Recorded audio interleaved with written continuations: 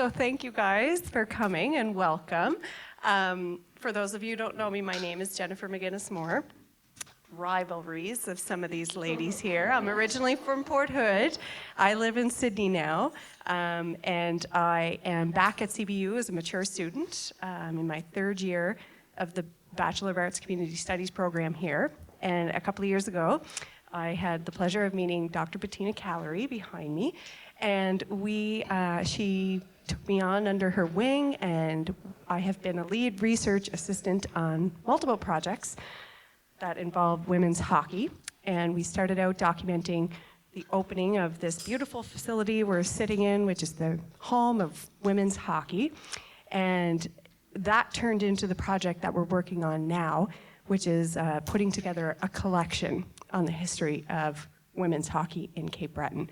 There was a bit of an archival silence there, a gap. So Bettina and Jane Arnold from the Breton Institute took me on. Jane's just downstairs seeing if there's anybody else looking to find the room. But yeah, they took me on under their wing. They hired me to kind of use my network of these fantastic hockey players that I had the pleasure of playing against and with back in the day. And as you can see in the back table there, we've been collecting a lot of wonderful stuff from for the archives. And with that, I'm going to hand this over to Bettina, and she can talk a little bit more about what she does and the work that we're doing. So. Thanks, Jen. Thanks to everybody for coming. This is a really exciting project for us that Jennifer has been doing for over a year now, and it's been really successful to find out what is the history of women's hockey in this area. As we were supporting the Blizzard and CBU in developing the programming and the facilities here, we wanted to understand, and commemorate women in hockey, and we found that there wasn't actually a lot out there, but we knew that there had been a lot done. And so Jennifer has really tapped into a lot of her network, and the stories that we shared in Port Hood in the summertime that we'll share here today are really exciting because they're going to be videoed and used as oral histories in the Breton Institute archives. So we're so happy that you're able to come here today and share your stories, and we also are looking forward to hearing other stories in the audience as we finish up today. This is all work that's being done in the Institute in Community Sport and Health here at CBU. It's a new institute that was just started this year. And our mandate is to be leaders in social change through sport. Our next event is going to be as part of the IIHF Women's Under 18 World Championship in January. We're planning a day-long conference for women in coaching. So more to come on that if you're interested as we move along with the planning for that. But on that note, I will turn it over. I can introduce everybody here, and thank you guys so much for being on this panel. When I asked the ladies in Port Hood to be on the panel, they happened to be on the beach with a Keats light in their hand, and were very relaxed and easy to pluck in. So you guys didn't have that same. So you guys just got the cold call that you're going to be on the panel. So I thank you for that. And so here we have Joanne Johnson. Hello. Stacia Peters, Wendy Guthrow, Danielle Boutlier, and right here is my lovely MC, Christina Lamy. And without further ado, I'm going to hand it over to you.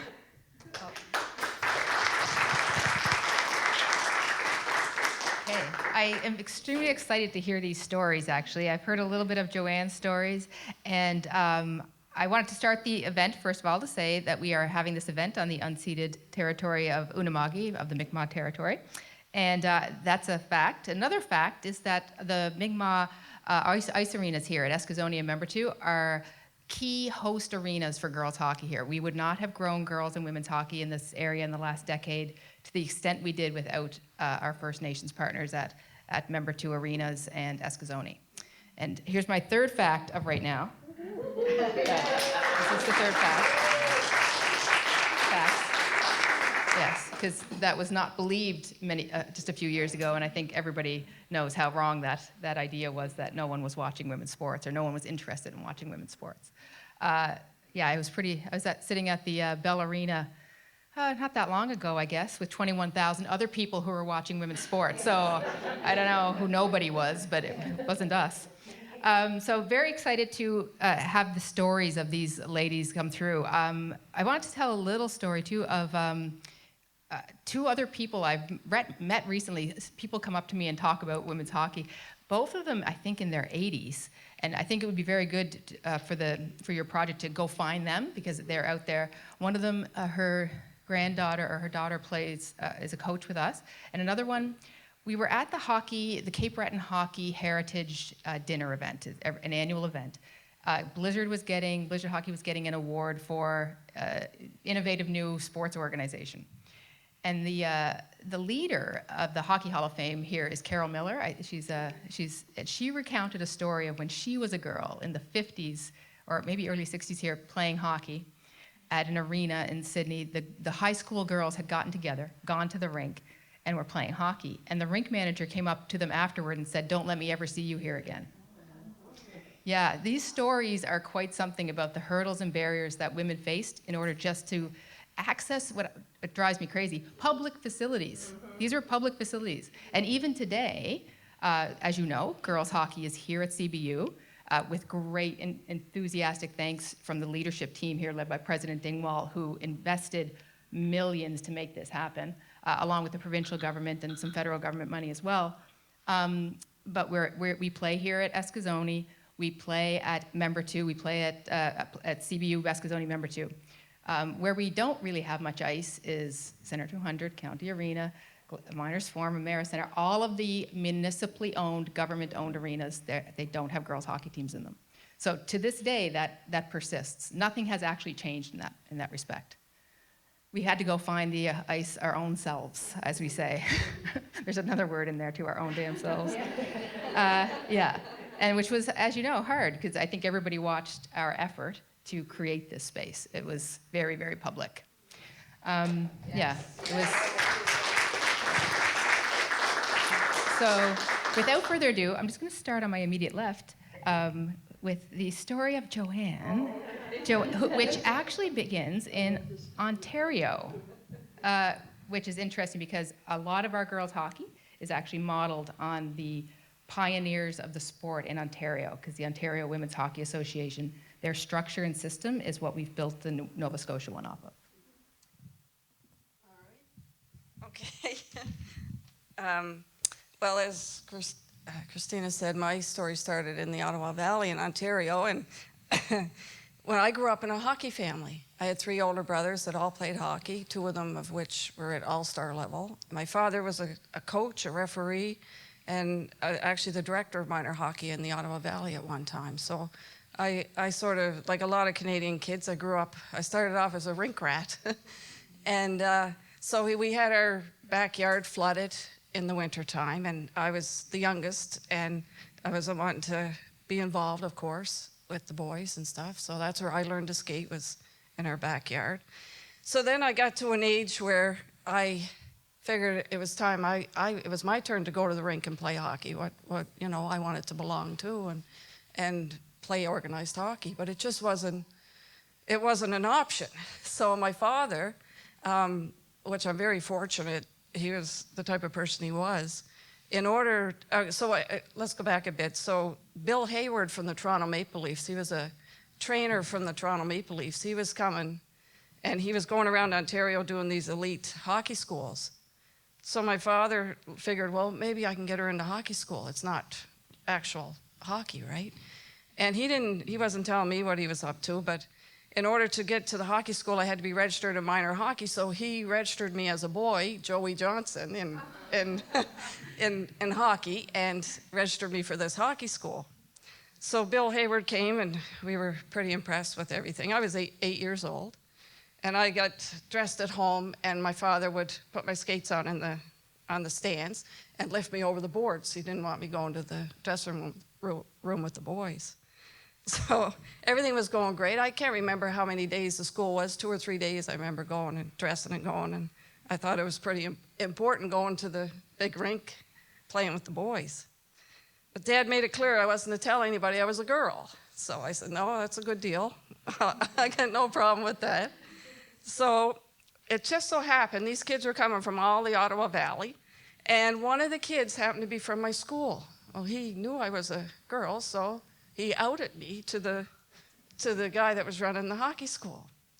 So Bill Hayward was in charge. He had his Toronto Maple Leaf gear on, and he looked quite important. So to an 8-year-old kid, anything to do with NHL would seem pretty impressive. And he had helpers there going around doing the drills with us. So Bill Hayward come over to me, and I was on the ice. And I had my little wooden stick and my gear on and that. And he said, "Number 4, I want to see your stick," he said. He's coming over, and I felt quite privileged that Bill Hayward was coming and talking to me. So anyways, I had my stick on the ice, and he was down on the ice pretending he was looking at my stick, and he was looking up at my face. And I was smiling, he was smiling. He said, "Is your father here?" And I said, "Yes, he's over in the stands there," and I pointed to my dad. So what happened was the kid that knew me from school told his father I was a girl, which he couldn't believe. How could a girl go to hockey school? And then he told Bill Hayward, and Bill Hayward couldn't believe it. So he goes over to the stands, and he says to my father, "Mr. Johnson," he said, "I don't really know how to ask you this, but is your boy a girl?" He said, "Yes, do you want me to take her off the ice?" He said, "No, she's the best player on the ice." So anyways, the next year, so that was the end of my hockey career at the rink. So once again, I'm hounding my father. How come I can't play hockey? I'm only allowed to play in the backyard and things like that. So the next year, Bill Hayward come back, and I got to play the second year. But at 9 years old, that's the last time I played hockey.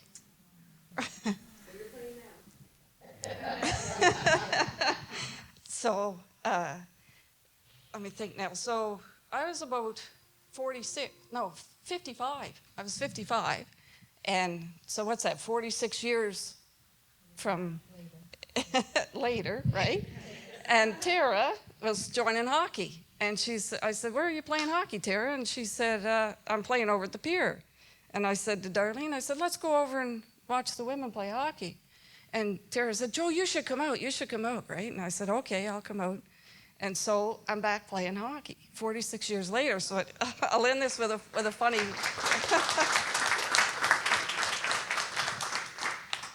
So I've been at it 7 years now. I'm back playing. So anyway, I'll end it with a little funny story. This is actually quite funny. So I'm over at Sydney Mines, and I'm back playing hockey and enjoying it and that. And we do a shift. It was early. It was probably the first time we were out for the year, and we did a shift, and we're all winded and tired. And so I come in, I'm winded, and this little woman was sitting beside me, and she was about 19. And so she said, "Oh, I'm all out of breath." She said, "It's been years since I played." And I said, "Well, how old are you?" And she said, 19. And I didn't dare tell her that I was 46 years since I played. And so help me God, she looked me up and down about 3 times. She said, "I wish my grandmother played hockey." That's what she said.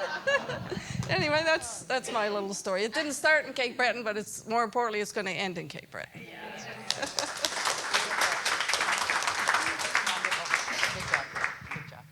That's an amazing story, Joanne, and like over the span of decades too. You've seen it all actually with hockey. You've seen I weirdly had a very similar experience in the 80s. So it's almost very little changed for a good period of time there in the 60s, 70s, 80s, and into the 90s. I played hockey at age 10. They let me for 1 year, but the next year when I tried to sign up again, they said there's no girls allowed in Pee Wee, right? Pee Wee being 11.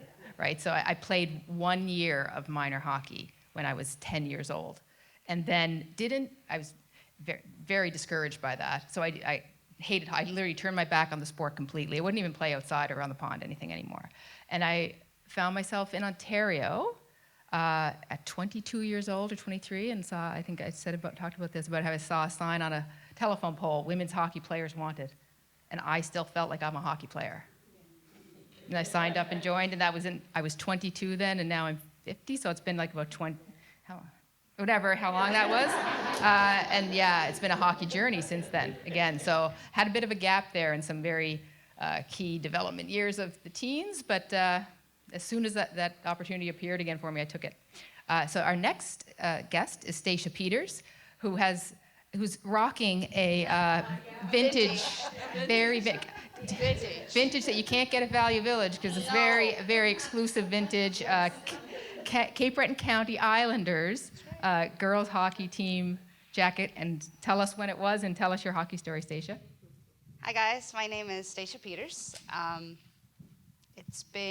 was trying to count this morning, 32 years since I started playing hockey. 1992, Cape Breton County had, 1991, Cape Breton County would have had one female team at this time. And there was two of us girls that went to My Road Elementary together, and we were like, this is great. Why are these girls playing hockey? Why can we do this? Is this possible? I was always on the pond with every Meyer Roader, because that's where I grew up, getting shin splints and pucks fired at me, and I was the only girl in the neighborhood, so with my figure skates and my toe picks and falling down until my brother donated me a pair of boys' hockey skates. So probably started skating 4 or 5 on the pond with the boys. Getting back to the Cape Breton County Highlanders, so I asked my mom and dad, of course, is this something that I could possibly do? My brother played for the County Islanders. I want to play for the County Islanders. He was God to me. He played hockey. I wanted to play hockey. So me and a dear friend of mine, Jamie Lotherton, we came right up through hockey together. We went to school together. We went out and tried it. It was September, so it would have been September 1992 or 1993. And I remember the foot cramps were unbearable to the point that you were like, Dad, I just gotta come off for 2 seconds. Let me just come off for 2 seconds. Off for 2 seconds, do you wanna go back out? Absolutely. Away we went. There was 9 of us on the ice, I think, that year. Danielle, you and Wendy, you guys were the year ahead of us that year. Split ice because there wasn't enough ice. Yep. So I think that year we did play at the county arena a few times, but it wasn't very many times, and the times were absolutely miserable. Early mornings that we used to have to get up and travel. Me and Danielle were talking about it earlier. 7:30 Escazone, Danny Baldwin. 7:30 Escazone was our practice times on Saturday mornings. At a midget level. That's when we used to have to practice. But we made it. We always showed up one way or another, and we always got pushed out there one way or another. Lots of friends made, guys. The person I am today, I have so many people to thank through hockey, through so many years. I was in Calgary for 10 years also. I also played out there. Fantastic hockey program they have out there. They have a division from A right up to H. So A, B, C, D, E, F, G, H, I, J. Like there's just, it goes on forever out there that they built. So to see this here today, what we have and what we became as a community, as a hockey community in Cape Breton. Traveling, we always had to travel. We never had any teams locally that our parents, again, it all goes back to our parents. They were the ones that supported us. They were the ones that took us off island. They were the ones that took us to these early mornings, late nights. They're not sleeping. They're trying to go to work on Monday morning. We were always on the road, every second weekend, really, or every third weekend. There was somebody coming here. So just a lot of thanks to so many people, and a lot of thanks for everybody that was involved in putting this arena together. Blizzards Hockey Association, the countless hours that they put in to this rink. Christina, thank you. Thank you. It's just really nice to have everybody here and what you guys are doing for the Beaton Institution and whatnot, but I wouldn't trade it for all the money in China. I would not. I also would like to add before I pass this off that Jen McGinnis and myself, we played against each other through Port Hood, Mabou, Antigonish, Dartmouth. There was so many teams that we played against, but Port Hood was our arch nemesis. And Jennifer McGinnis, when we got older and we started playing together, I was staring at her across the dressing room like, that's Jen McGinnis. That is Jennifer McGinnis. We played against each other, and I didn't. And now we're best buds, so that'll bring it back. Again, the friendships that are made and the person you can grow into with women in sport, again. Yeah.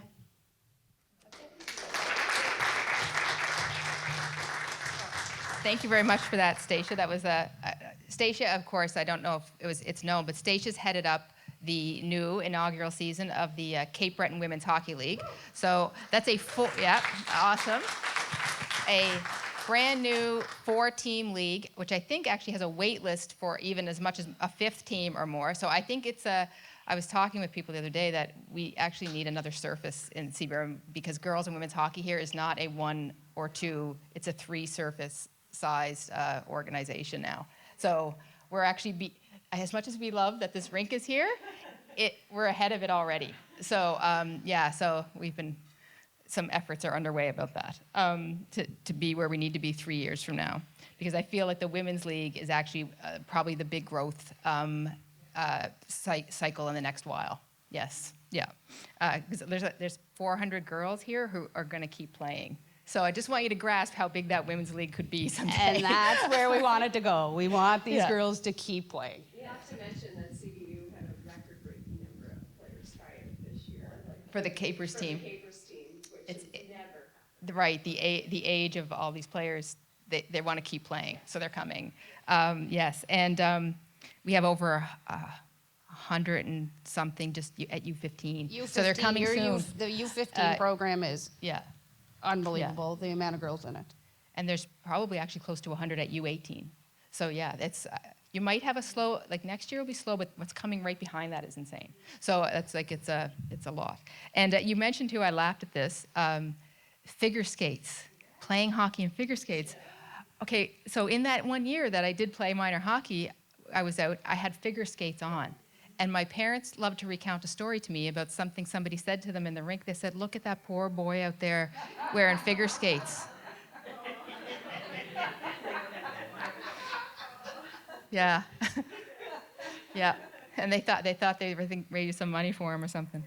All right. I know.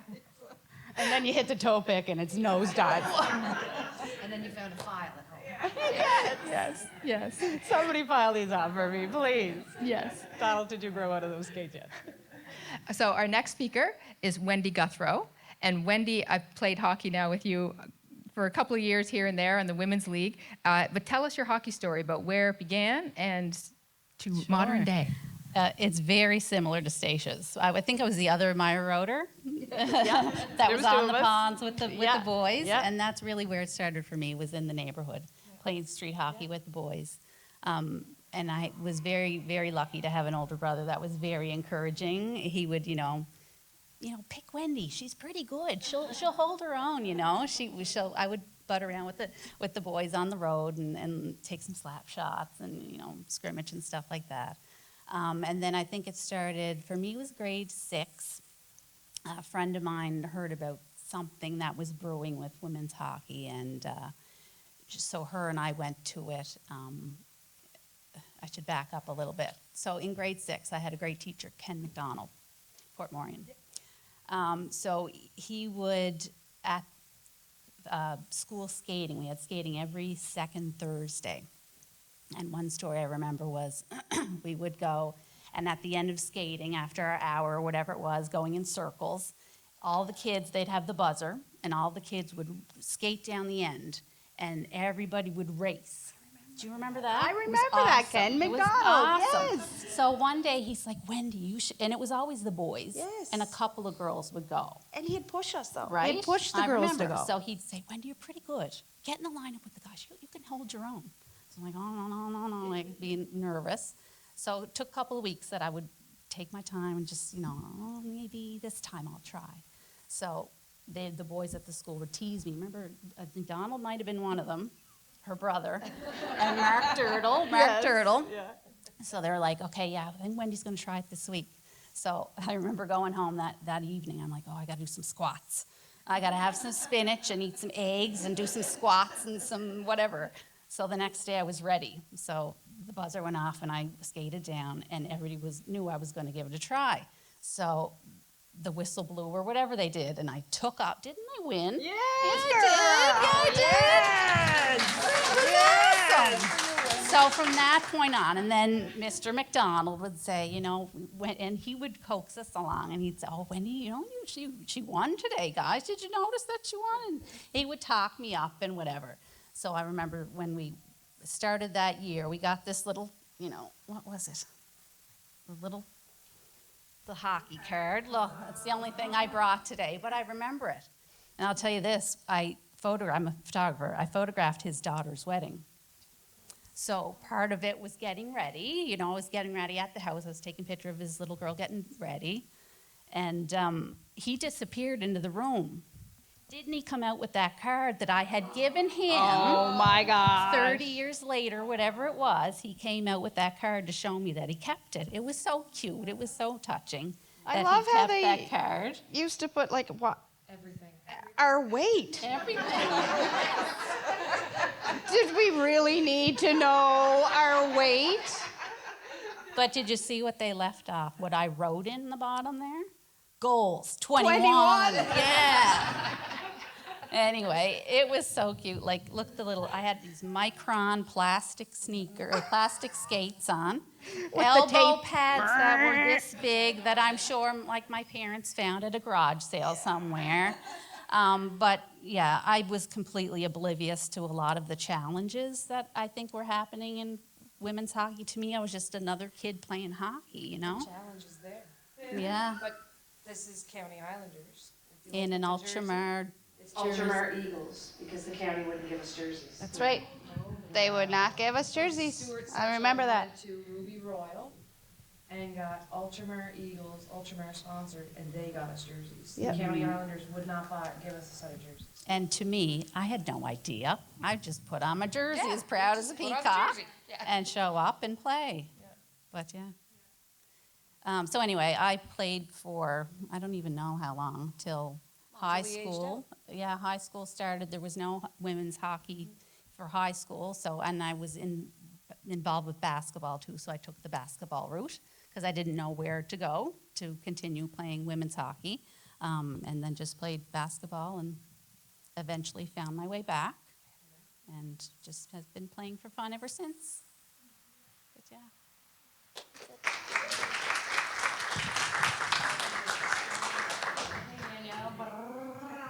Yes, there's definitely a County Islanders connection in that phase of the 90s of girls hockey. It sounds like it went through some ups and downs, though. Well, yeah, I'd like to hear more about that, actually. Also, obviously, before there was Kendall Coyne-Schofield, there was Wendy Guthrow winning the races, the All-Star games. So that's good to know. And Stacia, for your CWBHL, Canadian Women's Hockey League cards, maybe optional on the weight size, or No maybe, weight. No weight.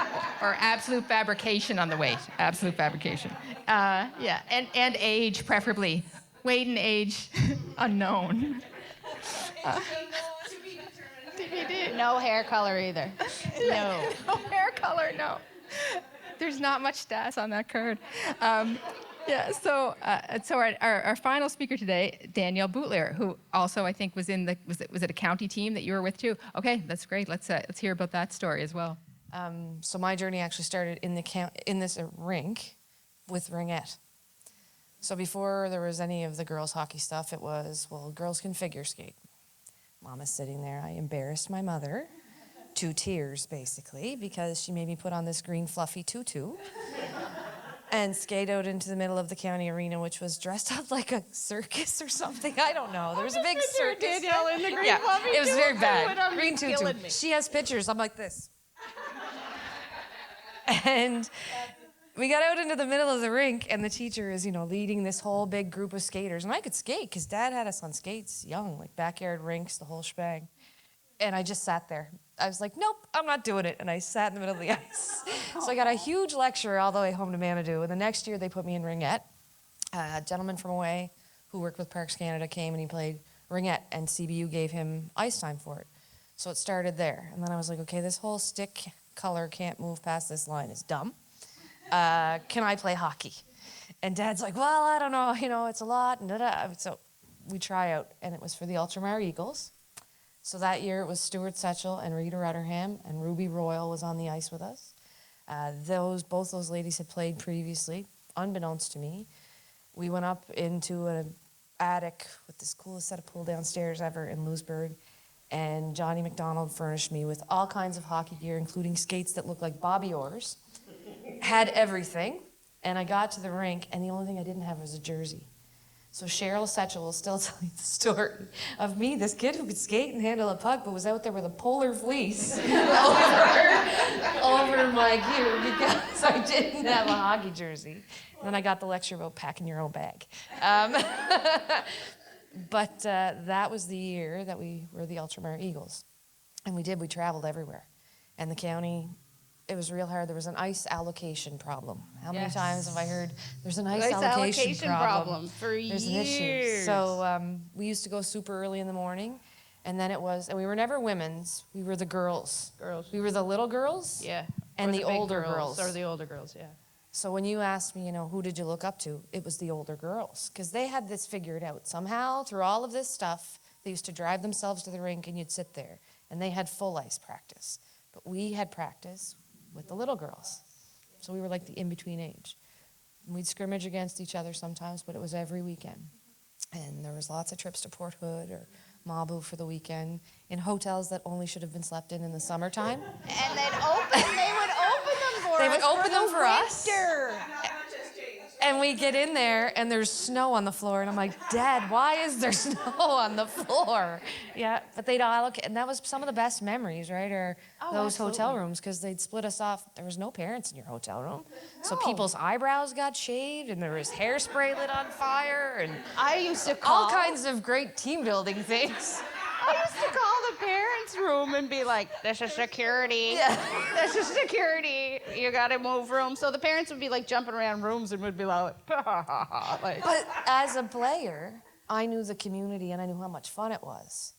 Then as, we went through the novice provincials here and all of those things, you didn't know about anything. You just knew that your name was on a hand-painted banner on the wall, or you got a really cool trophy that's back there at the end of it. You didn't know the things. Your name was in a book like the boys. You got a jacket. You got to wear it to school, right? Or to the panel that you're speaking on today. 30 years later. But then as I evolved into a coach, I started to realize, I'm going to use a bad word there, so I won't, how hard it really was. You had to travel every weekend. So the rules for Hockey Nova Scotia at the time were the same rules the boys had. You weren't allowed to cross the Seal Island Bridge without a travel permit. But I had to get a hold of, I can't remember his name, Marion Bridge, McKinley. Brad McKinley. I had to get a hold of Brad McKinley every week. Here's the game, here's the schedule. Oh, it changed. Mabu can't play this week. We've got to go to Port Hood, so can't change the travel permit. So finally he said, Danielle, you can't cross the Seal Island Bridge or, we're going to fine you. I said, okay, well then you're going to fine me because that's a stupid rule and we don't play anybody in the county region because all the teams that we played were dissolved. And Danielle was a hard ass, and we were going. Yeah, no matter what. And then it evolved again because I became a Hockey Nova Scotia rep. So they formed a female council. And from that, I brought the bylaws. Actually, Dad brought the bylaws. We set up some new rules just for girls hockey because what worked for the boys wasn't always going to work for us. And still to this day. It's the same thing. So yeah, ice allocation, jerseys, all of those things. So if we're on that subject, I'm going to record this for the future. I'd like to have our banners back in the Home for Girls Hockey. Yes, So our banners are in the county. If they could bring them over here, that would be lovely. Because the only time they were proud of us was when we won provincials. That's the only time we existed. Yeah, when we brought home things. Well, the girls did this. Which team? All the girls. And then did that get you more ice next year? Nope. No. Nope. Didn't matter one bit. But it mattered at their banquet for their AGM. Yeah. Yeah. Yeah. Yeah. That's my story. Yeah, these stories are amazing about how you had this incredible experience with your teammates and everything. You not so much because you didn't have the girls' you team have to us play now, on. Joan. You have us now, though. So shave your eyebrows. Yeah. Some Tuesday night in Sydney Mines. And sometimes people lost the back of their hair. Always. Always. We have rules about that now, just so everybody knows. But it's interesting. We did too. It's interesting, though, that you talked a bit about the Female Council, Hockey Nova Scotia's Female Council, and actually Brad McGinley, who you referred to as the current president of Hockey Nova Scotia, so many years later, has been a great champion, though, of girls and women's hockey. He was there during some key changes back in 2015-16 that let us form female hockey associations, separate from county minor hockey, separate from all those minor hockey associations. And Brad was a champion of that phase, along with several other people at Hockey Nova Scotia. It wasn't easy. There was incredible opposition to that. The minor hockey associations were quite against the formation of female hockey associations. They felt that they could better serve female hockey. But as we've seen in the last, since 2015, 16, 17, while the female hockey associations have existed, the number is exponential growth. We had a kind of a stagnation there for a while, and now it's tremendous. That was a big conversation because Hockey Nova Scotia bylaws, it's something about numbers. So if you have this many numbers, you can form this many teams. And when they started the conversation, I was just getting out because I was busy having children.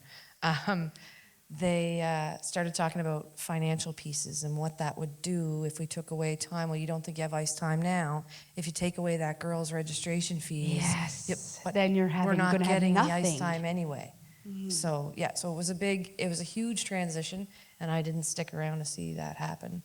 I was busy doing life, but yeah, this is amazing what's happening now. Well, another big part of it is how much all of this growth is all on the shoulders of something, and it's on the shoulders of others along the way. Yes. Like Joanne pretending to be a boy in order to be at hockey school, and having some very important people like someone like Bill Hayward be okay with that. Like Yeah. that sent a big signal, right? And then other people trying and failing and succeeding in various places. Like I tried, and that was a fail. But down the road, a couple of years later, another girl was playing hockey with some boys' teams in county and stuff. So it's like once one person does it, somebody just needs to say yes along the way. And then now, of course, it's a lot about structural change, though, too. So much of those structures. This is so funny about girls and women in sport. You've probably seen pictures from the 50s and stuff. There were whole women's and girls' teams in the 50s. In the 40s, in the 30s even. In the 20s, it was there, but then there was a big pushback out of it. And when hockey started to come back for girls, or girls started to get back involved in hockey, this concept of girls joining the boys' teams happened. And that was a very bizarre, we had not really seen that before. In the 20s, 30s. That became a legal challenge in the It county. It did. And to this day, the OWHA feels that it was problematic, actually, because they were about to start growing girls and women's hockey associations. But then that legal challenge put them in competition with boys' minor hockey associations, who had tons of money and all the ice time. So you had girls' hockey associations trying to attract players, when the boys' hockey association there said, oh, no, girls can play with us. They had all the ice time. The fees were cheaper. It actually worked They against. had jerseys. They had jerseys. And goalie gear. The goalie And gear. goalie yeah, gear, so they imagine had that. everything.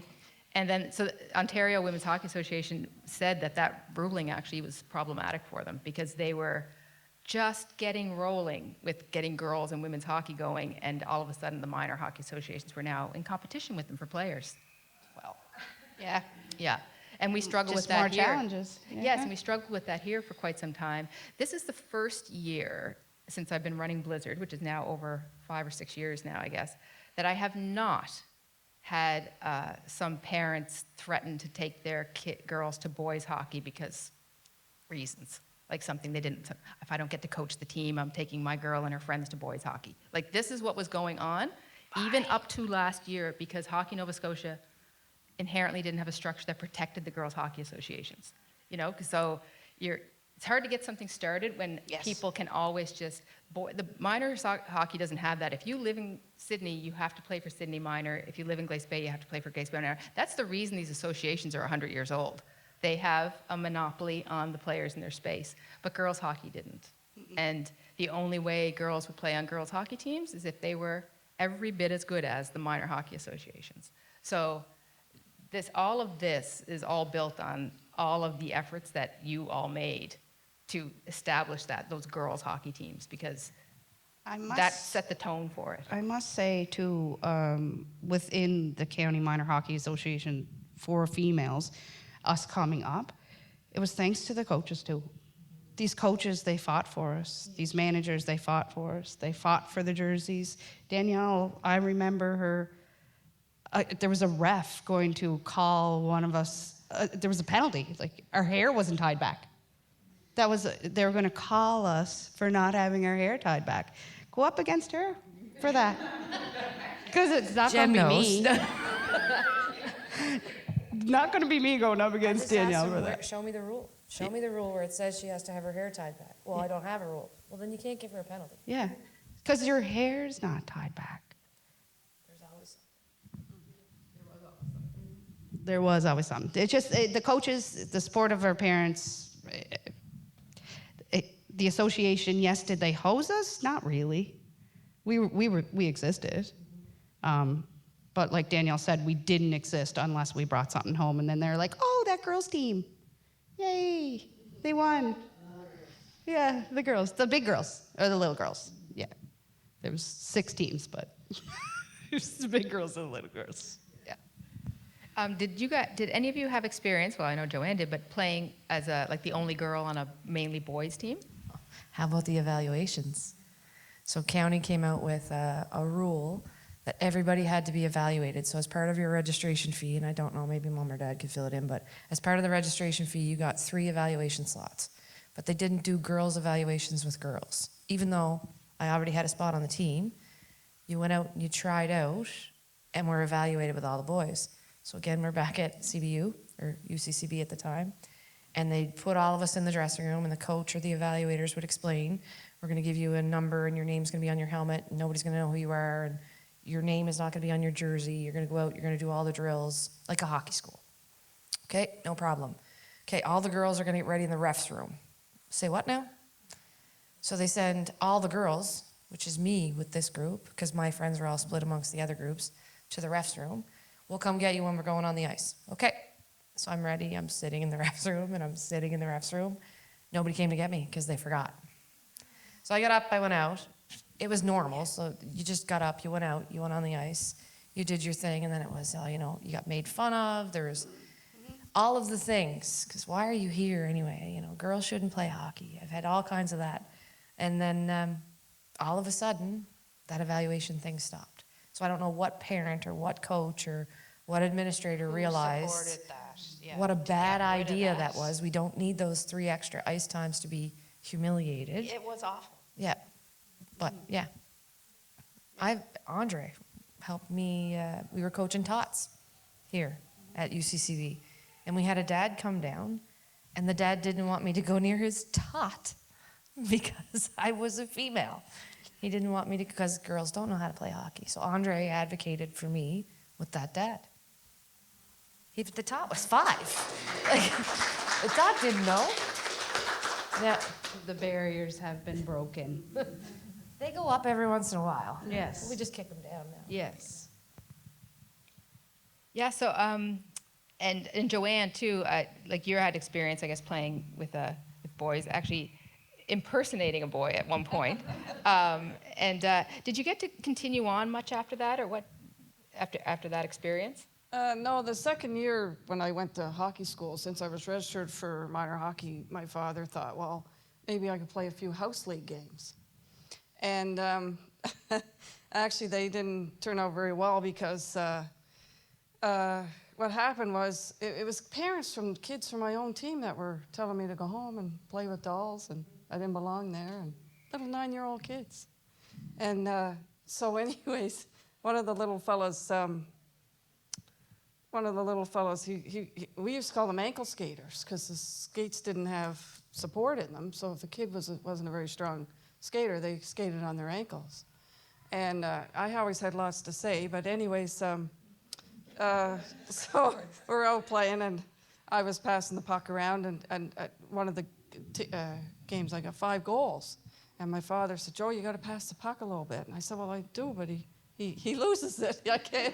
As soon as I give it to him, he loses it." So the kid's mother was in the stands, and she was upset because I wasn't passing her son the puck. And as I was skating to the boards, "Why would I pass it to him? He's an ankle skater." I said, and Dad said, "Joe, get in here now." So anyways, I think my career was about 3 games, and then they were talking about trying me out for we called them Mosquitoes at the time, Mosquito All-Stars. They call them Novice now, I think. There's Timbits in the Novice, or U9s or whatever. And Dad said, "No, that's enough. I think we're out your welcome here."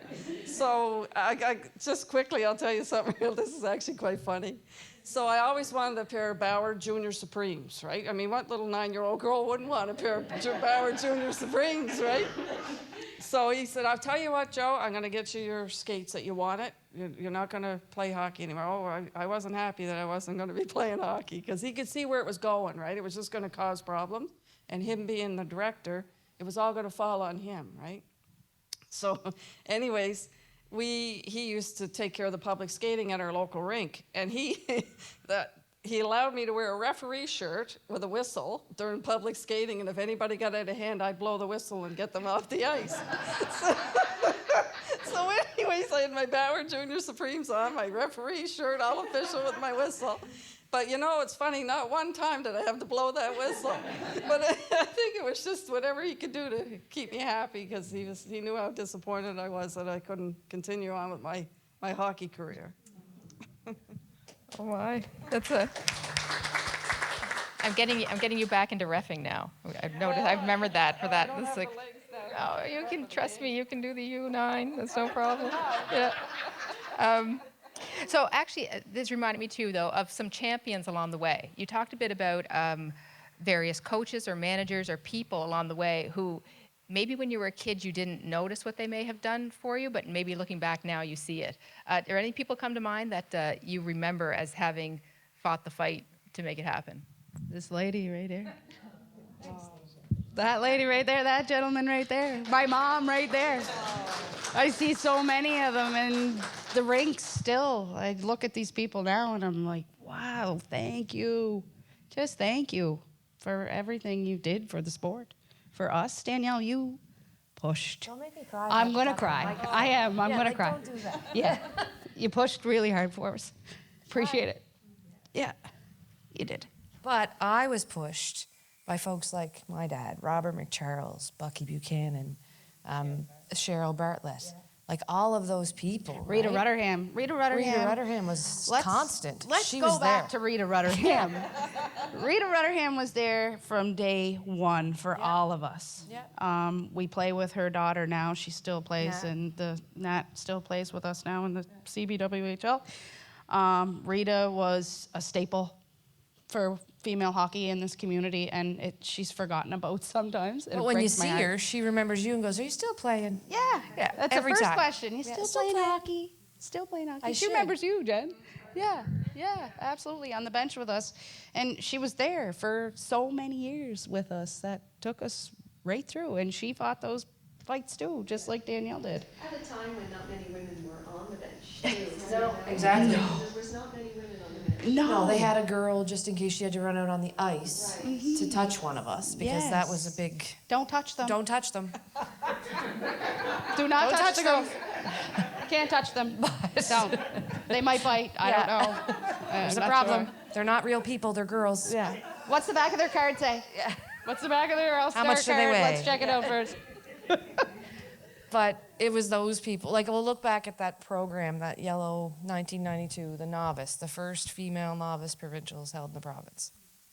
And it was as an adult that you realize the county wouldn't give us ice time. We were the first female provincials, couldn't find ice for us. So Carl Bucky Buchanan was Mary Ellen played with us. He fought to get it here at UCCB. So once he got that, then the parents took on, okay, we're going to get sponsors. And if you look at the sponsor list, Oh, those books back in there. the back of that program, They're filled. They're but they're all sponsors. the family names of all the girls who played from wherever to make it happen. And let's talk about the hospitality rooms, because I have Oh. never been to a hospitality room like at a female hockey tournament. Like there was chili and grilled cheese, and there was soups everybody's and- banana loaf from Christ to Kingdom. Like Eat it was all the unbelievable. oranges. Like, Eat all sorry, the Mom, oranges. I didn't mean it.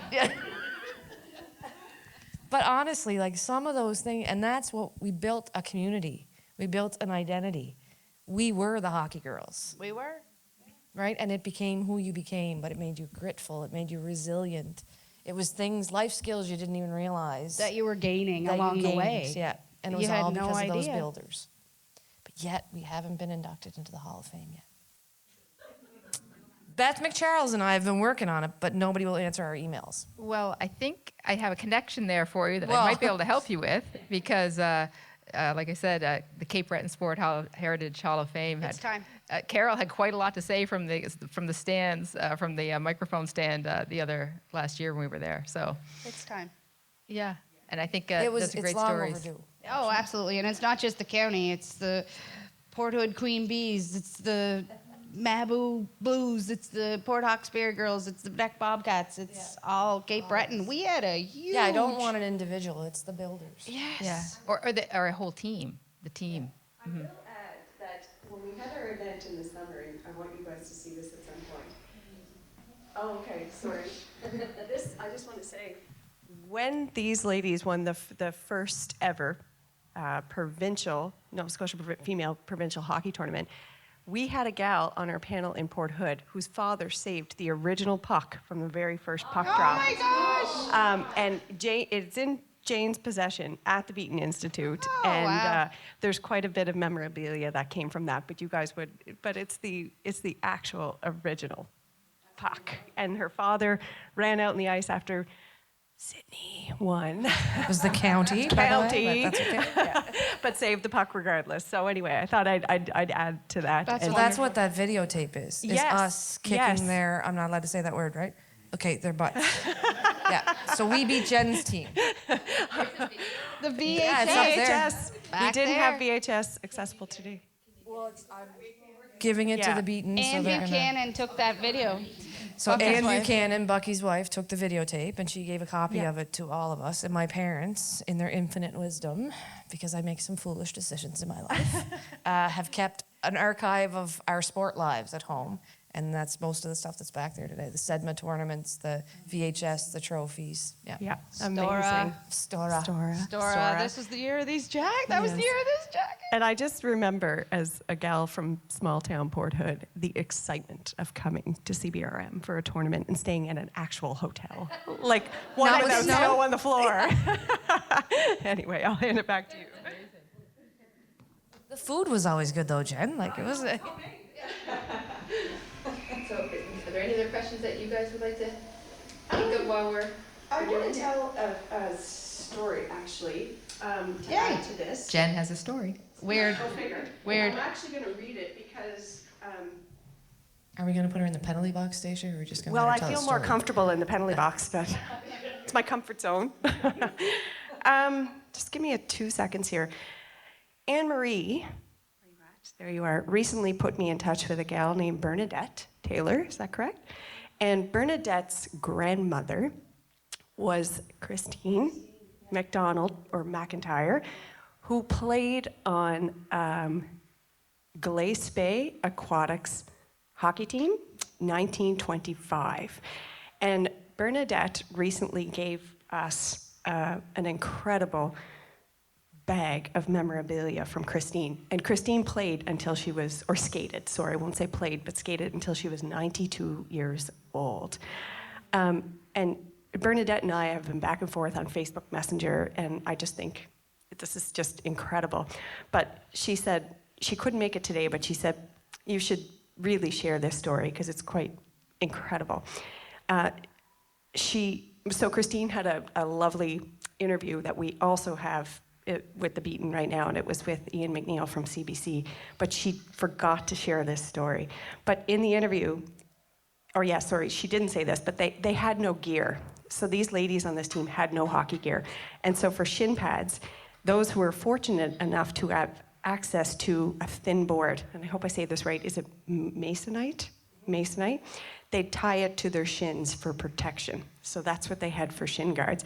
And the others, the majority of the team, would tie newspapers to their legs, multiple layers of newspapers to protect their legs from the puck and the sticks and whatnot. And so they were so desperate to play hockey that's the length they would go to protect themselves. And I just think that's just... And Jen, this was Glace Bay?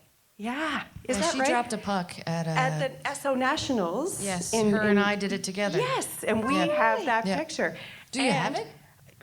Wow. We have multiple pictures of the SO National Championships held here in Sydney, and Bernadette also has the jacket that Christine wore that she's also going to donate to the collection. Oh, wow. From that tournament. So I think I have a picture of me and Cassie Campbell from that tournament. Yes, you probably do. Yes, I Yeah, because do. they took a girl from each team. Yes. And they had them as their hometown host. Yes. And the girl got to go in the dressing room with them, and they got a jersey, and they did all kinds of stuff. Yeah, and Christine dropped the puck for that tournament. Yes. So anyway, But again, they were playing at the Centennial. The Centennial. Right. Let's go SO to the Women's Centennial. Nationals. this is like women who have since been inducted into the NHL Hall of Fame, Hockey Hall of Fame. The jersey that's back there. Right, is signed by, imagine playing in the Centennial. Just make sure you bring your blankets, mitts, and 4 layers of clothes. Anyway, And I duck. just... Because there's no protection from that puck in the stands. None. Anyway, I thought I'd share that on Bernadette's behalf because it's a pretty significant story. So I think that'll wrap up our panel discussion. Does anybody in the audience have any questions or interesting stories they might have to add to this little Danny Baldwin. repartee? Keep those elbows up, Danny Baldwin. Is there a coach here? There is a coach here. Not much of the story. You mentioned about going to different places. Well, when we went to Port Hood, it was like going to the NHL camp because you had to put up with the McGinnises, and you had to try to stay at the penalty box. I've never been there, so I don't know what it's like. But, we had some good times, and a lot of the girls, I think they grew while we played hockey and made friends. As I know, Danielle, you were friends with some of the Port Hood girls, like McGinnis girls here. It's stuff that you don't forget, and off the ice. Like, a lot of people didn't teach people that. And one thing that, I always said, it's not how much you win, you got to learn how to lose. That's what it's all about. And that's same in ball, same in hockey, in the NHL. So that's very important. But after the game, you don't take the hockey game after the game, you're friends. And you've proved that. So, but yeah, a lot of good times. It was very good coaching, and never ran into any real bad problems, that's for sure, So, but I had a good time. Thank you. Thanks, Danny. Does Andre have anything, Jen? I just want to say about, when they said the younger girls and the older girls. When I started, I was one of those younger girls. My dad was helping coach the Bantam girls. I was a novice, and I was fortunate to go out on the ice with them. And I was like, oh my God, like these girls are playing hockey and I'm out there with them. So they are the leaders for my generation of hockey. And now, of course, Stacia and them are fortunate to bring hockey back for us with the CWHL. So let's continue it. We are. It's funny, I just want to tell you right quick.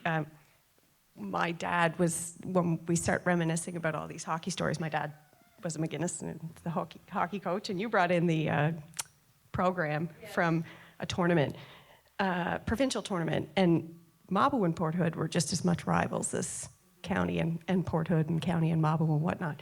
And my dad, for that game against Mabo, we were the home team, and at that time, I don't know how it works anymore, but then home advantage means you wore white jerseys, and the away team wore the dark jerseys. So Harvey and my dad always had a little bit of a, I don't know, they weren't buddies, let's just say that. And Harvey's team showed up with the white jerseys on.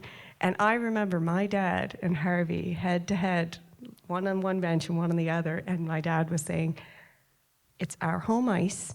We're not going back into the dressing room to change our jerseys. And all of us girls were like, and Harvey's like, well, this is all we have. But he was saying, but you knew you were the away team. And anyway, nothing happened.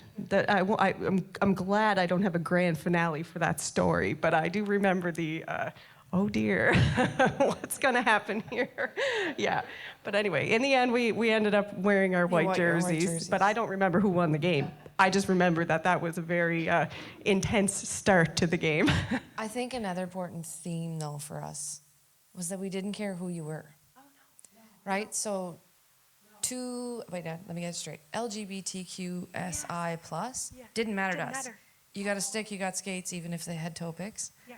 You could come on the ice and play, and as long as you played your sport, we didn't care where you came from. Didn't matter, just play. Just play. And you were another teammate. That was just, and everybody that was was it. equal. It was just an equal spot. It was just like, So in the dressing room, I know there were a lot of barriers outside, but in the dressing room, we had some great we times. had so much fun. Right? We did. Eyebrows, no eyebrows. It was Yeah. fun. We had fun. Hair, hair. Did we remember showing up, getting dressed up for provincials as well? Did we No. not? We Yeah. were dressed Yeah, up. we had to be dressed. And I'm going to go over here. I want to hear your story. Did you make me Anne-Marie. do that? Like, did I have to do that? You started. On your tracksuit. I just started on the ponds with my brothers. Anne-Marie, talk about when you played for rugby, what you guys did when you put the boys' gear on. What is it? Remember when you told me about you guys put the boys' gear on to go out and play as rugby athletes? When you said you were at Riverview in high school, they had the Redmond, but the boys didn't have gear, so. Oh, Anne-Marie, you gotta tell your story. So you then were a pioneer for our high school team, because when I went to review, we ended up getting a high school team. But for jerseys, we got, that one's home. If you want that, you can have it too. It's the old Riverview Redmond practice jerseys. They were white with Riverview written across. Yeah. Like, I'm still trying to get girls' high school hockey, and we just get their hand-me-downs that are torn. And Yeah. So that's still a problem, right? It's not a one sport. If you do it for guys, you do it for girls. It's gone and trying to get it back again. Or who you had before, it's like, yes, and we want it again. Yeah. And that's why a lot of our cohort, our players, went to the States. Because in the States, they had the, if you have it in a boys' sport, you have to have it in a girls' sport. It has to be the same. And if you don't do it for one as you do for the other, then we cancel your funding for both. Yeah, Too bad that my didn't sister go ended over. up down in the prep school system in the U.S. Yeah, we had a Sonia, few Cheryl. friends. Yeah. I have a few Sonia. friends. Sonia. Cheryl Setchell's Yeah. another one that left early. Yeah, Yeah. they went down the States. But good for them. Yeah. Like, what an opportunity that Yeah. never would have opened. And I think they had to repeat a year of high school, did they not? They did 'Cause when they went down there. Yeah, Yeah. yes. Yeah, they did. Yeah. And I mean, Sonia ended up winning 3 national championships down there with Right. university. That's Amazing. mind blowing. Yeah. She's talking about Sonia Link, who would be the owner of the U18 AAA Lynx hockey team. So, yeah. Who else has a story here? Of course. Take it away. One of my favorite things about female hockey has always been the camaraderie is better than you see anywhere else. And I remember particularly one tournament, we went to Moncton. The Blizzard was hosting the tournament. That's the name of the team there. And we had a late game. We couldn't organize a team supper, so we just said, everyone on your own. We all got back to the hotel. Turns out everyone on the whole team just went straight down to the lobby, right into the restaurant, which was jam-packed full. It wasn't a seat anywhere. So the waitresses looked at each other and they said, well, we could open up the lounge. And it was kind of like a seedy piano bar thing. But they joined all the tables together for the kids to eat together, and all the parents were in the booths around the edge. And they took all the players' orders first, and the waitresses went out to put in the order. And then one of the girls on the team gets up and starts tinkling away at the piano, and she's playing Don't Stop Believin' by Journey. And then one of the other girls could really sing. She gets up and starts singing. Of course, all the players knew the chorus. They all start belting it out. They go right through the whole song, and the waitresses just stop, and they just sit there and watch, and then everyone in the restaurant applauded them for this great performance. It was amazing. It was just one of those moments. Yeah. It didn't matter whether we won or lost. They were having a great time. Yeah, I wrote down notes, and it's funny, and music was one of them, and all I wrote down was big shiny tunes. 1, 2, 3, 4, 5, 6, 7, 8. Big shiny 'cause tunes. they became to- the warm-ups for Yes. everything. Yes. The warm-up music. I got one more. We're in Bedeck, and Jamie Loddington. It was always a dancer. She was always bebopping in the dressing room, and we had the tunes going. We were getting ready in those dressing rooms upstairs at the old Bedeck rink. So we used to have to beep, boop, boop, boop down those thin little tiny stairs with your skates on. So the extension cord was running from one dressing room to the other, and it was wide open on the floor. And Jamie, watch the extension cord. Jamie, watch the extension cord. Jamie, watch the extension cord. No. She's bebopping and then she's jumping. And she had big holes in her skates in the metal blades from the electricity from that extension cord. We're going on the ice. Her father rips her skates off her, runs down to Rutherham's in Sydney River, gets the blades changed, right back up to Bedeck. She had somebody else's skates on, but like she was electrocuted. All because we were put in the curling suite instead of a dressing room, right? Yes. So that is that music was a huge part of it. Huge part of it. Absolutely. We always had to have it, no matter what it was. If it was those big batteries, those big massive, those batteries, you had to have We them. tried to get away from extension cords then. After that, yeah. Somebody gave us in Port Hood a copy of the music playlist for the dressing room. It was written Yeah, because we used to get local people to come play music in between the plays at the provincials, so they were doing it with a mic, with a ghetto blaster, you know. Yeah, so music was huge, occupational health and safety was not. Oh no, Check. Jamie was gonna jump on the extension cord. Nicole, do you have a story? Just a short one. Kind of echoes what you were saying, Andre. I have a son and a daughter. My daughter is more an equestrian. My son is the hockey player. So I've been coaching in the minor hockey system up until this year, so about 10 years coaching boys. And I remember last year or 2 years ago, coming off the ice at the end of a game. I think our team lost. Everyone was hanging their heads or whatever. And heading into our dressing room, but there was a Blizzards team coming out. And of course, they're all cheering and they're all in unison and everything. And I'm like, God, I wish my daughter played hockey.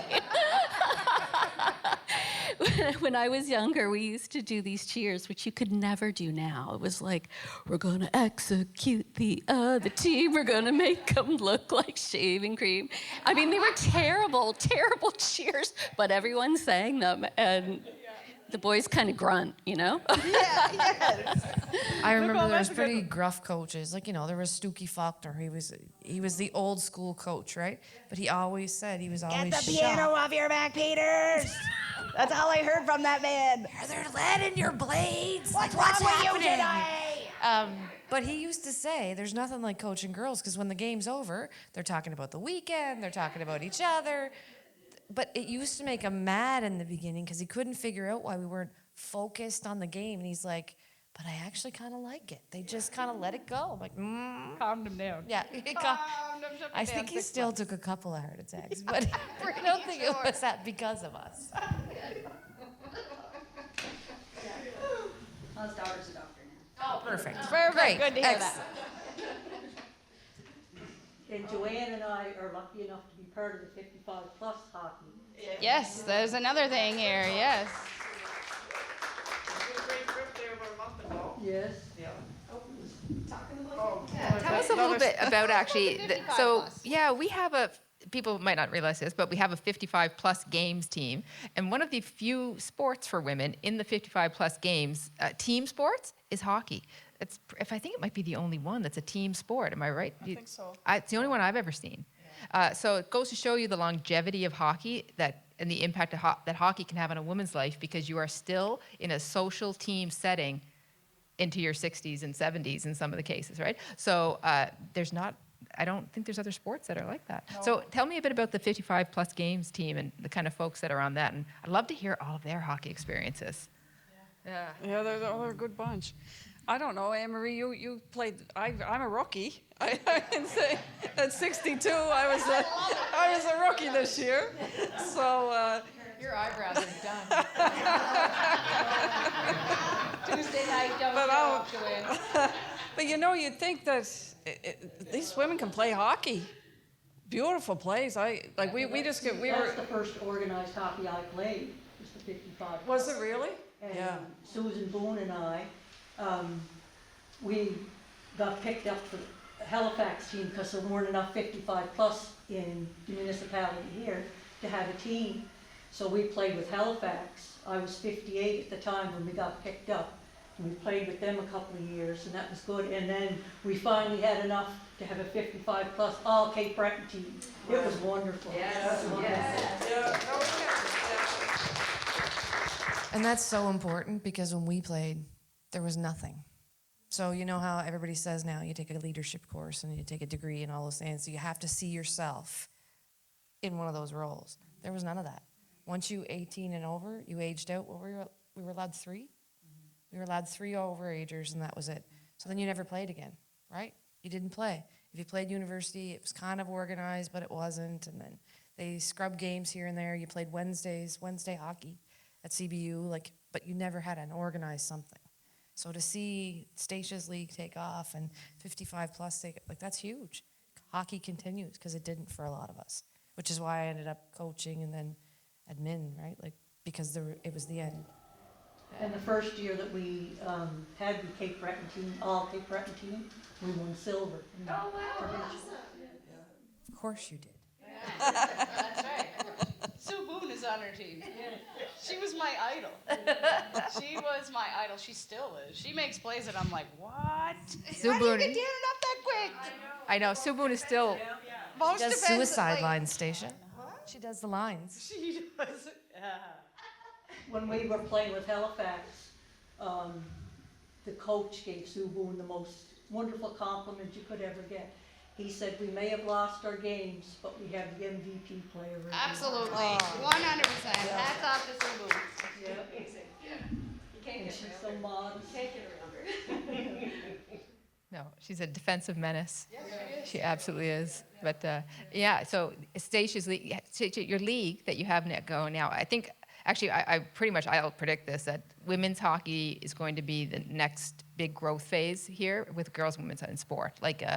The numbers that are going to come into it and having the superstructure there to do it is thanks to you now, because starting that league, you have a four-team league. 4 teams. I bet you in the next few while you'll have 2 levels and 8 teams. Give It'll it be a couple that. weeks, we might have a 5th. Yes, right. For sure. But it's thanks to everybody. Somebody just had to take the reins and guide everybody through it. That's it. That's what you need.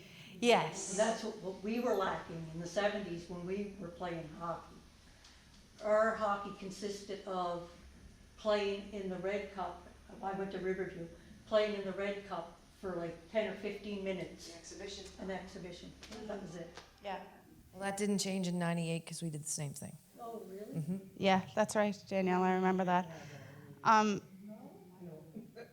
With the new women's hockey league here, too, guys, the CBWRM, everybody's welcome. It's from anybody that wants to try. We have a girl here from Scotland.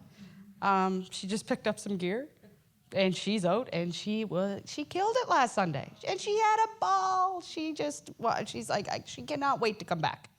So we're really looking forward to what's in the future for us as the CBWHL. And Nicole, I thank you for your help with some internal Women in Sports Canada little tiny hints. Thank you. I'll tell you a funny story about her. The one from Scotland, Robin. Is her name? Robin, yes. Yes. I was walking out behind Wendy and Leah at the meeting, and Leah turned around and said to me, "Do you shoot right, do you?" And I said, "Yes, I shoot right." And she said, "Well, can you take an extra stick for Robin? Because she doesn't know if she shoots left or right." Yeah, and we keep telling her, welcome to Canada. Tie up those skates, darling. Tie up those skates. I have a funny story. Quickly, just really quick. Being kind of a single mom getting her daughter to hockey. Single mom getting her daughter to hockey. That's my mom. Yes. I remember one story in particular. One day we were playing in Bedeck, and we had to get there in my old car. For some reason, I was the only one able to take you, and Mary Ellen, I think, were with us. And we're on our way. It's in a snowstorm, and my car wiper on the right side was not working. So we tied a string to it because it was all slush going up. So Mary Ellen was in charge of the string when we had to. So she had to put her window down, and I'd say, okay, Mary Ellen, pull it when it get too full of slush, right? So we're rushed then. We're rushed, and I'm speeding a little too much. So we got pulled over for speeding. It was a female RCMP officer. And I'm like, ooh, I didn't realize I was speeding. She said, you're going a little fast. She said, what are you in a rush for? I said, I have to get my girls to hockey in Bedeck. And she went, by all means. Yes. And that was it. She let us go. That's amazing. Yeah. Slow down. Yeah. She probably didn't see the strings. Yeah, it's probably holidays. Yeah, it's probably Mary had it tucked in her pocket. Yeah. So Stacia, the women's league that you've started now, ages pretty much 18 plus, yep. 18 plus. And 18 plus. So what's your age range that you do have, or are you not keeping We are ages? 18 to 68. Vintage. But we don't have cards with information With on the age back. on the back. No, okay, that's good. Hair color, Wendy weight, could probably size, do no. those for you. Wendy could take those. Yeah. Our photographer over here might start something.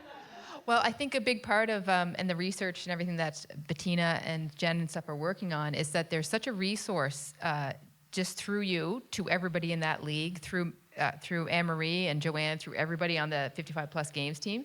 All of these women would have interesting hockey stories. Yes. Especially the 55 plus games team. There'd be a lot of gaps in those stories of people who Oh, played I as can't children. even imagine, And yeah. probably very interesting stories there, I would say. Yeah. About how their hockey journey experience was.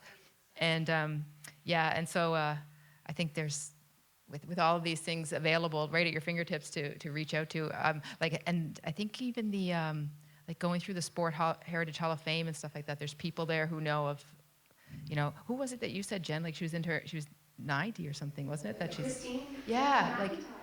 just like stories from the 20s and 30s. Holy smokes, yeah. There was another story she told me, and it's on the one of the newspaper articles. Oh yeah.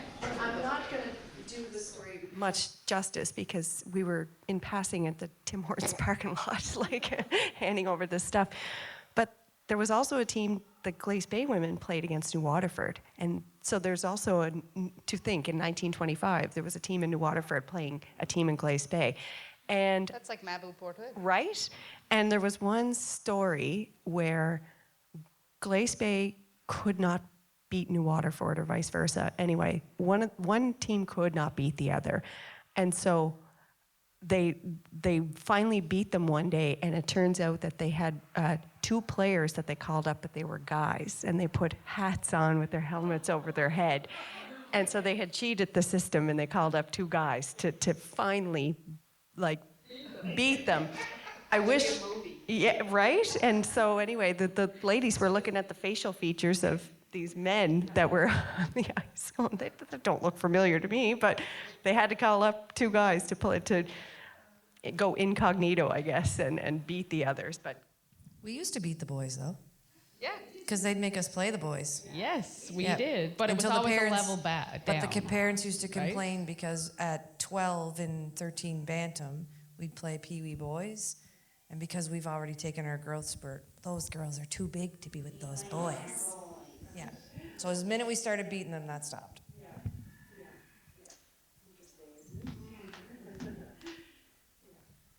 Okay, I think that might be our last story of the day. So just thank you to everybody for coming and sharing this information. And I know that there's a lot of work underway at the Beaton Institute and with the research that's going on here in regards to women's hockey.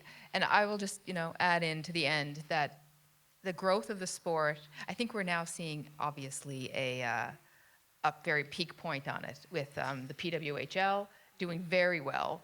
But it's not been linear. And I always tell the story of the 30s and 40s, especially leading into the 1940 Olympics. There was discussions underway for women's hockey to be a demonstration sport in the 1940 Olympics, which did not happen. It was supposed to be in Germany. The war happened instead. And how big the sport was. There was women's hockey games that were held here in Sydney. I think there was one that was held, had a record 1,400 people at it. It was just a normal hockey game. So it was very big and it was happening. All wiped out so much to the point that those women who played in the 30s, their daughters and granddaughters couldn't play the sport. So we have to be very cognizant of how that growth has not been linear. There has been pushback against it at different times in history, and the more we do to make solid structural systemic changes that can barricade against that kind of pushback is good. So having an arena here that is the home ice of girls and women's hockey, very hard to erase that. Good luck erasing this building and the big sign on the side of it. And the systemic changes that have happened at Hockey Nova Scotia, starting with the bylaws around the female constitution and everything.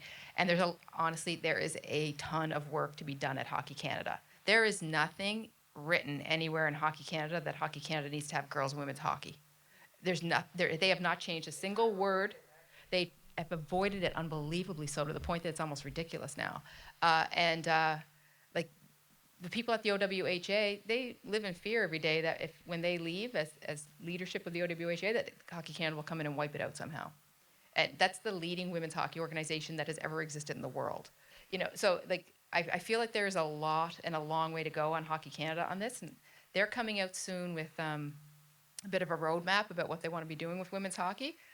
We're watching that very intensely to see if it's going to be bold and structural, or is it going to be tinkering at the edges and just performative. So let's watch for that later when it comes, and that's where we are now. Something else after that, Wendy Walsh, who plays in her team, she's responsible for getting the women's teams into the big trying. Yep. Yes. I was a call-up. I was 16 when I first started playing in the Vinci. That would be an interesting story because I bet the first answer was probably no a couple of years earlier. 'Cause I'm sure it was not yes right away, because it never has been yes right away. Yeah. I'm sure about that. I'd love to hear that story. Yeah, for sure. Yeah.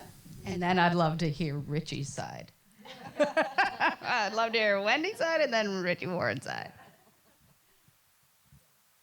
Thanks for this, by the way. Yes, thank you, Appreciate guys. it. Thank you very much.